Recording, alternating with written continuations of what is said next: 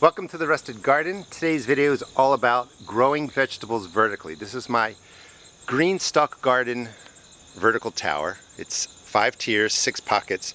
We can plant 30 plants in there, and I will link the video that shows you how I set up the soil and grew all of these peppers in there. We are in the middle of September, so I'm going to transition this over from the warm weather crops over to the cool weather crops.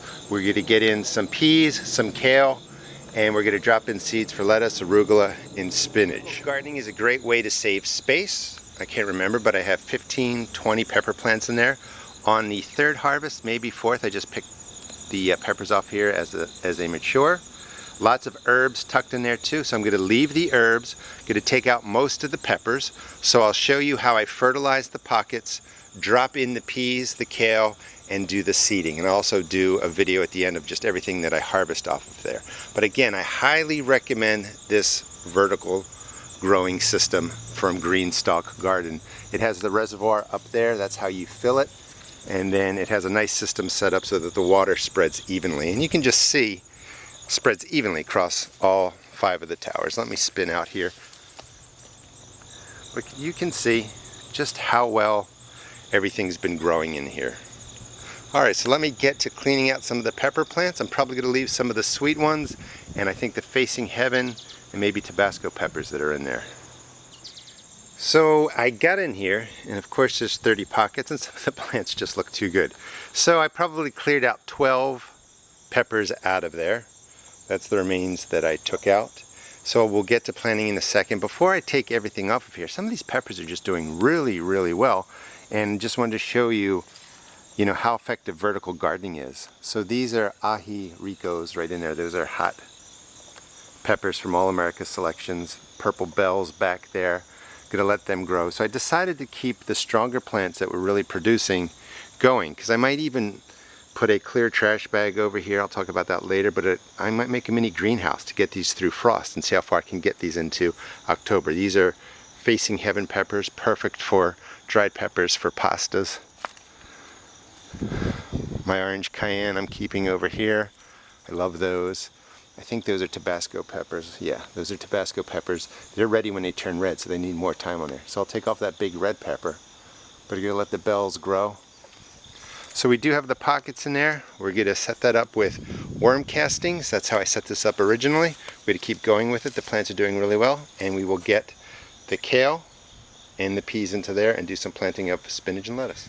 So the easiest way to refertilize these for your cool weather plantings or future plantings is to just reach into the pockets. I started doing that with the other pockets. Don't worry if there's wood chips in there. I did mulch on top. And just dig out a good depth in here. And that's going to do 2 things. And you can see all the cocoa coir and everything that was in there from when we did this planting video, which I will link in there. So we're down about this far. You could take 2 tablespoons of the castings, put it in there, and just mix everything up really nicely. And then you would go through and do that for all the pockets. Maybe 2 tablespoons. You could use your organic fertilizers if you don't want to use worm castings or you don't have worm castings. Just use any organic fertilizer around the 5.55 NP and K. And again, you can be high or low on those different numbers. You're just setting the soil up. And then I would go in here. This is full, and I would put in about 4 or 5 tablespoons in the top and just mix this through.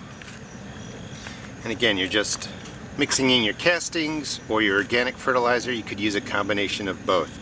So we've removed the soil to about here, loosened it up. We got the castings in there, and I'm going to go ahead and drop in some of the peas. I'm thinking you could grow 2 or 3 peas per pocket. You can see these were seed started, obviously. 3 peas to a 3.5 inch container work really well, and I just get these growing on my deck, and then when my warm weather crops come out of the vertical container or the garden, these get dropped in. I've had a problem with rabbit, came in, chewed everything down that I put out about 10-14 days ago. So you want to drop this in just like that. I don't know if you can see it, but it's pretty much to right here, and then you're just going to gently drop the soil in, pack it in, Peas are extremely fragile. They're hollow. So do not rush through this part with peas. Kale, you can just shove in there, they'll be perfectly fine. And you can see I'm just lightly pressing in everywhere with my fingers around the stems. And now we have the peas set up. Peas are hollow stemmed, as I said, so they're going to need to trellis up something.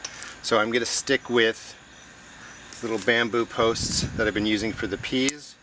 Whoop.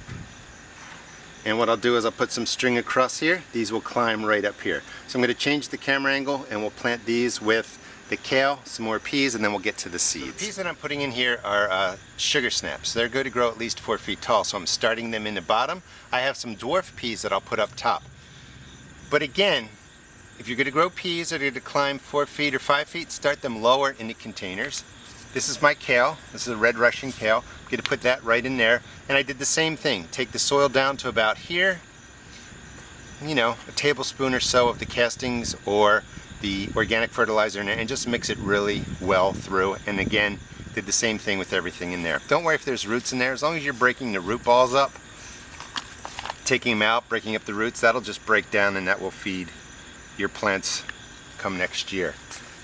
You might have to put a little bit of soil back in there. Let's put the peas in there. You might have to put some soil back in. You want to plant to a depth right to here. You don't want to bury the stems of the kale. And that's going to work. And I'll come back and give you a close-up of everything too. Drop the soil in, and again, kale's pretty sturdy. You don't have to be as gentle. It's not going to break because the stems are not hollow like peas. And that's all you have to do. That'll get the kale in. Another round of peas. And this will be all the 4-foot peas I'm doing. And I think, yeah, again, you don't want to go really past here. Maybe 1/4 of an inch, maybe 1/2 an inch at most. But try and get it pretty level. Drop in the peas.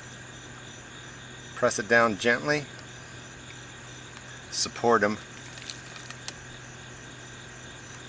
And then just tuck in the soil around your peas. Alright, let me get those all set up. I'll give you a close-up and then we'll get to planting seeds and some of the dwarf peas. They grow about 1 foot tall to 2 feet tall, and some of the other pockets. Just wanted to show you how I set up the trellis for the peas. Well, first off, just going to that kind of depth for the peas. For the kale, you can see that the small leaf at the bottom is coming up. You don't want to bury that. 2 bamboo stakes, got those at Home Depot. They're really inexpensive. Some jute across the way, and I will just build the trellis up like that. They'll climb up it, and they'll continue to climb up the other poles there. And again, you really want to support your peas because they're hollow stemmed and they will break easily. Now for the lettuce and the spinach or anything you're starting with seeds, you're just emptying it out halfway, dropping in your 1 or 2 tablespoons or whatever. You really can't overdo it with the worm castings or the organic fertilizers. Mix it all in, put it into a container, mix that up, and then drop it back on top, nice and loose. Press it down, and that's going to be how you plant your lettuce seeds. I have a ruby lettuce. These are seeds that I sell in my seed shop. And you're just going to drop 6 or 8 seeds in there. And you're just mixing them in so they go down 1/4 inch to 1/2 an inch. And you're going to let them just grow just like that. If you decide to keep 4 or 5 loose leaf lettuces in here like the ruby red, it's not going to get as big, but as it grows, cut the leaves off, leave the roots in, and it will keep producing till a hard frost comes. If you want to get one big loose leaf head of the ruby red, then you're going to just thin this down to 1 plant. I like to put a bunch of seeds in there and then just cut the lettuce when they're a couple inches tall. Down in this one, we're going to do salad bowl red, and then it's the same way. These seeds are darker, they're going to be hard to see, but we're just dropping 6 or 8 right in there. You never just want to plant 1 seed, because if that seed doesn't germinate, you're sitting around waiting for it. Put in more, thin out.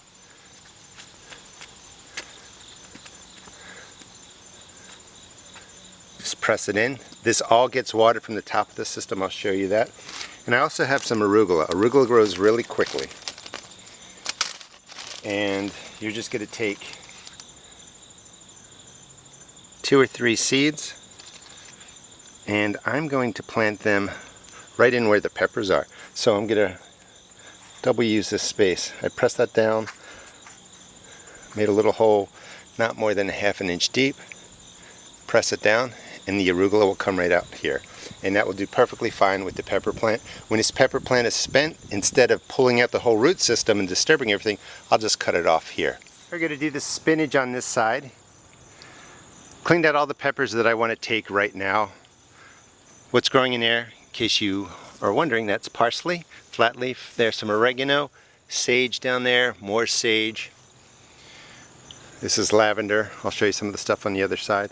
So for spinach, that's 3 seeds right in there, 3 seeds right in there. Spinach can get extremely large, so you could grow just 1 plant in here. It'll get nice and large.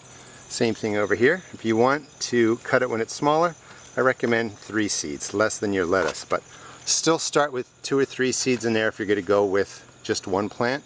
And the reason being, again, if 1 seed doesn't germinate, you're sitting around waiting for it. You can always thin, so it's better to plant a couple more than you think you might need. Soil was prepared the same way as the lettuce. You saw me put the 3 seeds, press them down 1/4 inch to 1/2 inch, cover them over, and the spinach will do really well. Let's go over to this side. This is the little marble peas, set up the same way. Press them down about 1/2 inch. And then just cover them over. Here's what came out of the vertical tower from greenstalkgarden.com. In the back are hot peppers, in the front are sweet peppers. Right now, as of the middle of September 2018, if you spend $150 or more, you can get free shipping in the US.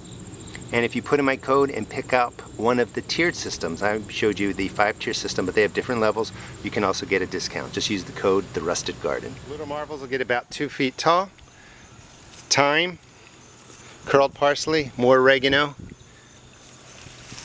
chives, you can see they're going crazy, rosemary, and again I'm keeping selected peppers that are still doing well. I use Vermisterra worm castings and worm casting tea. I highly recommend them, pound for pound. You're getting more castings in your package than other products that I've used that have worm castings. I'll put a link to their site. If you use it, you'll get a discount. Little marvels again, 1/4 inch to 1/2 inch.